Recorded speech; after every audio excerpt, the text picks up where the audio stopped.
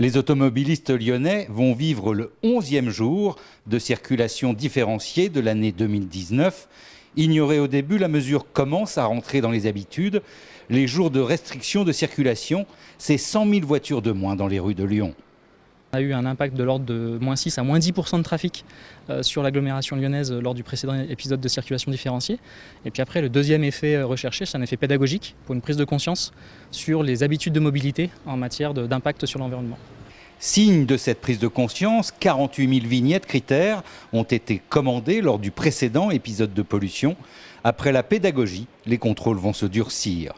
Donc il y a eu cet effort de pédagogie.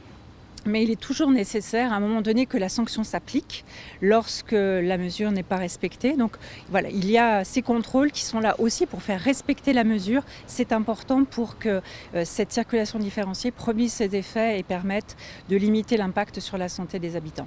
Selon les données de la métropole, l'air est légèrement plus respirable puisque cette mesure permet de diminuer de 6% les émissions de dioxyde d'azote. Certains souhaiteraient que la circulation différenciée soit mise en place plus en amont. Aujourd'hui, les contrôles sont très faibles, voire imaginaires. Donc on prend une mesure, mais on n'en mesure pas l'efficacité dans la mesure où on ne contrôle pas. À Lyon et Villeurbanne, la circulation différenciée devrait rester en place jusqu'à la fin de la semaine.